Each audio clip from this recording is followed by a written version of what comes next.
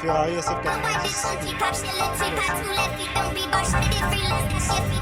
Ah, le prix de la M3.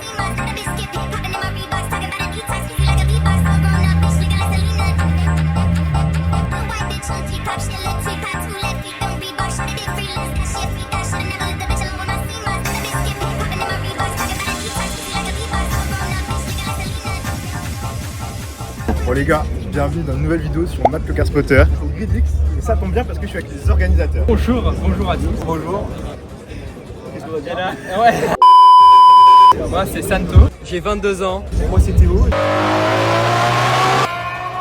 Du coup on est les organisateurs de l'événement Luxembourg Supercar Honneur ici même au Gridlix. Cette édition on a tapé fort et ça va être même très difficile de faire mieux en vue de la line-up qu'on a aujourd'hui. Là je pense que sur 10 mètres carrés il y en a pour plus de 10 millions. Là c'est exceptionnel. Il y a la jolie F12 TDF là. Ouais. Ça. 1 million. C'est en train de. Les prix sont en train d'exploser sur la F12 TDF. Enfin, avec tout le carbone, elle est exceptionnelle. Moi c'est mon coup de cœur du rassemblement. Voilà, c'est vrai que moi aussi. C'est vrai que le logo peint, c'est une option. Ouais, ça coûte 15 000 euros je crois. Vraiment c'est vraiment incroyable. 800 chevaux, V12 en propulsion, comme une sacrée paire de bol. Bon les gars là, Ferrari SF90 Spider. Voilà, la config elle est incroyable en violet Hong Kong, détail jaune. Pour rappel ça c'est entre guillemets une hypercar de chez Ferrari. C'est un V8 hybride de plus de 1000 chevaux, c'est pour ça qu'on la catégorise d'hypercar. Et là on est quand même sur un véhicule qui coûte quasiment 500 000 euros si je me souviens bien. Donc ça fait partie des nouvelles Ferrari on va dire électrifiées. On n'est plus sur simplement de la suralimentation. Là on est vraiment sur de l'hybridation.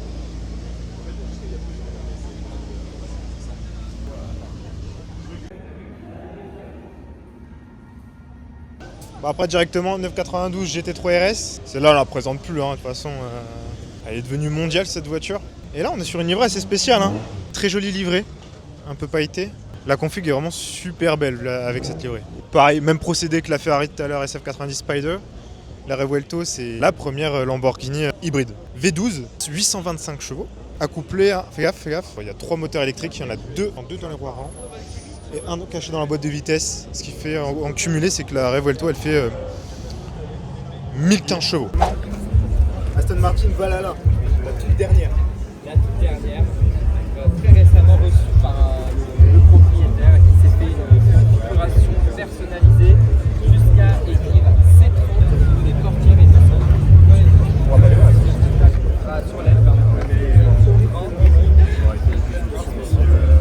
Vert, carbone, des détails dorés, carbone, il y en a partout. Il y en a partout, c'est incroyable. Donc on rappelle la Valhalla, en fait elle est basée sur le principe de la Valkyrie, mais en version plus GT, donc une voiture un peu plus confortable parce que la Valkyrie était beaucoup trop radicale. Là on peut le voir juste à côté parce qu'on va en parler juste après, c'est que cette voiture c'est une dinguerie.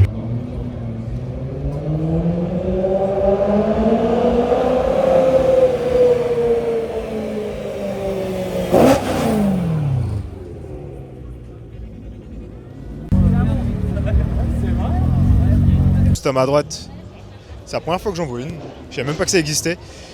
992 GT3 Cup Sport, donc CS. Et ça change parce que là le volant en méplat.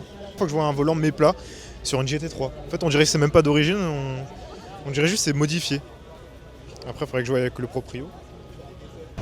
On retrouve le petit line-up un peu BMW. On va aller voir ça. En train de faire des rêves, ils vont partir je pense. Avec la petite Jaguar. M3. M2 avec une jolie nana dans la M2 Hop.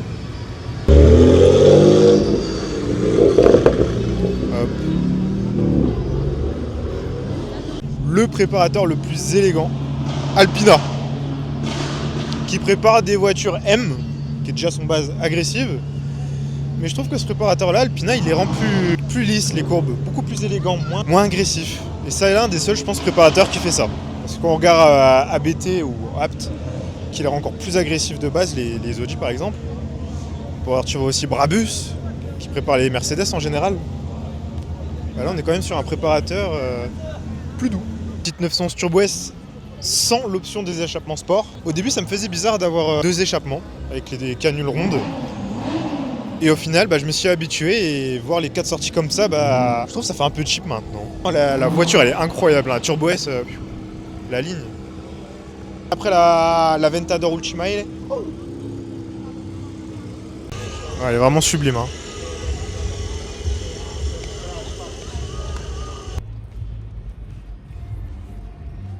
Chance d'avoir ici au Luxembourg cette Valkyrie qui roule quand même pas mal.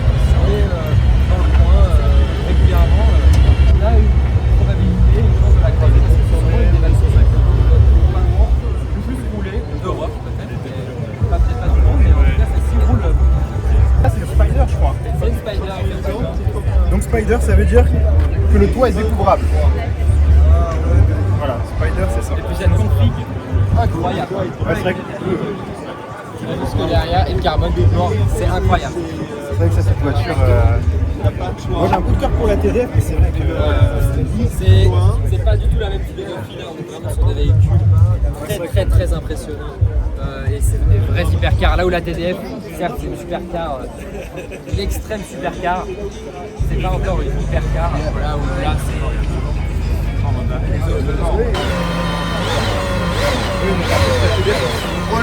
En fait, c'est une supercar, mais on frôle le domaine de l'hypercar. Ouais, c'est tellement extrême comme voiture, et maintenant la cote qui explose. C'est le prix d'une hypercar.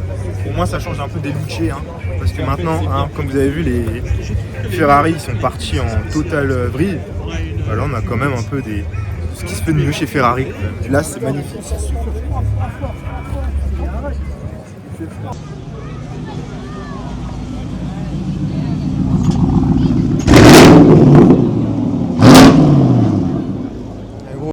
Petite Ferrari FF en config suisse.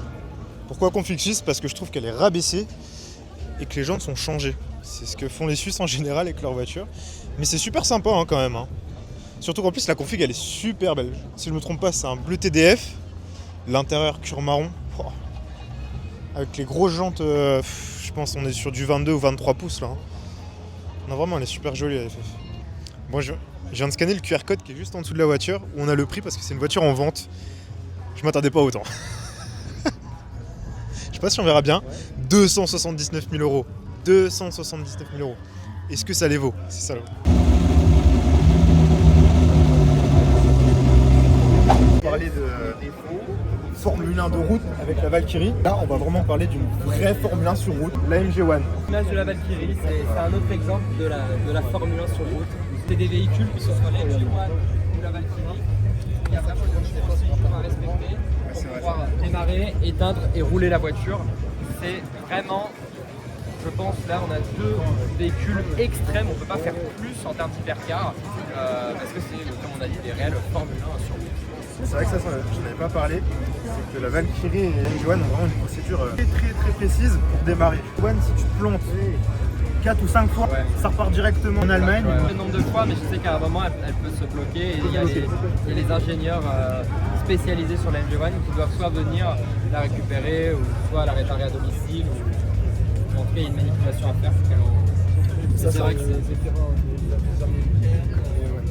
très long. Forcément, on la démarre en électrique dans un premier temps, le temps que le tout chauffe, les catalyseurs chauffent, et une fois que le tout est chaud, là, le moteur de la Formule 1 prend vie. Un V6, un 6 je crois. En tout cas, c'est sûr, c'est le moteur de la Formule 1, ça c'est sûr. La voiture de série homologuée pour la route, la plus rapide sur le Nürburgring. En tout cas, c'était 6 minutes 29 je crois. Mais c'est la voiture la plus rapide de série sur route. Ici qu'elle est. C'est super incroyable. Il y a autant de voies d'un côté là. Ouais, on est sur des millions. Ouais. Exemplaire. Tout ce que je sais, c'est que la MG1, elle a pris beaucoup de temps avant que le projet se concrétise. Que la voiture, elle est juste incroyable. Que ça soit esthétiquement, la voiture, elle est exceptionnelle. C'est sublime. C'est tout aussi impressionnant que la Valkyrie. C'est vrai que c'est incroyable. Petite Corvette C8. Je trouve elle change un peu des anciennes. Hein. On n'est plus trop sur les mêmes dimensions des Corvettes d'antan. En vrai, on a vraiment un gap de Ferrari aujourd'hui, je trouve. C'est ça le truc.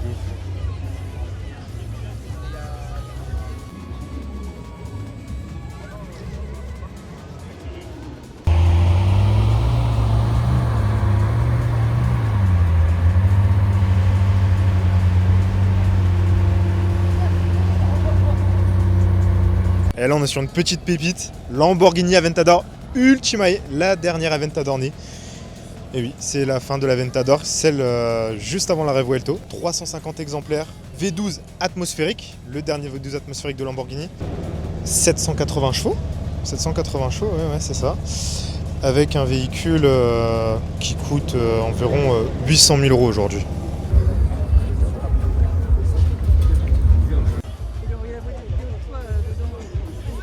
Petit M3 compétition touring. Avant je préférais la RS6. Je trouve que la M3 touring, je trouve elle s'impose quand même dans le domaine des breaks. Je trouve même qu'elle est mieux que la RS6. Et juste après la M3 touring qu'on a vu de base, là on a la version CS de la touring. Super jolie quand même, noir avec les petits détails autour de la calandre rouge et les jantes bronze. Franchement elle est superbe, comme de rétro en carbone. Parfait. Voilà. Super jolie. Bon, on arrive quasiment sur la fin de cette vidéo avec une Shelby Cobra. Donc je sais pas du tout si c'est une vraie, je sais pas la reconnaître. Je pense que ça doit être une réplique, hein, parce que là, si c'est une vraie, on va sur quasiment 1 million d'euros. Mais n'empêche, elle est toujours aussi belle parce qu'elle est super bien faite. Regardez-moi ça. Oh là là là là, la forme. Je parle même pas des ailes arrière, hein, elles sont indécentes, elles sont vraiment disproportionnées. En vrai, la voiture en longueur est assez courte. Mais par contre, elle est large, elle est vraiment trapue la voiture. Allez, je vais me mettre à côté. Voilà. Bon.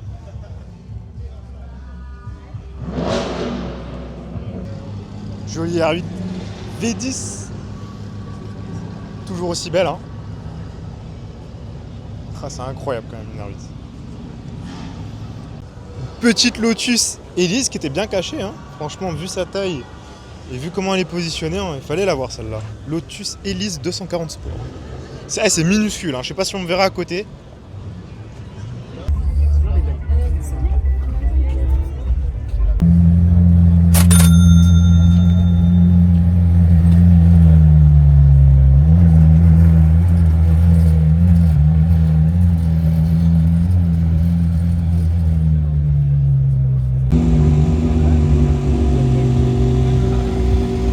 Dernière voiture, ce petit line-up juste exceptionnel, accompagné de Santos pour cette présentation.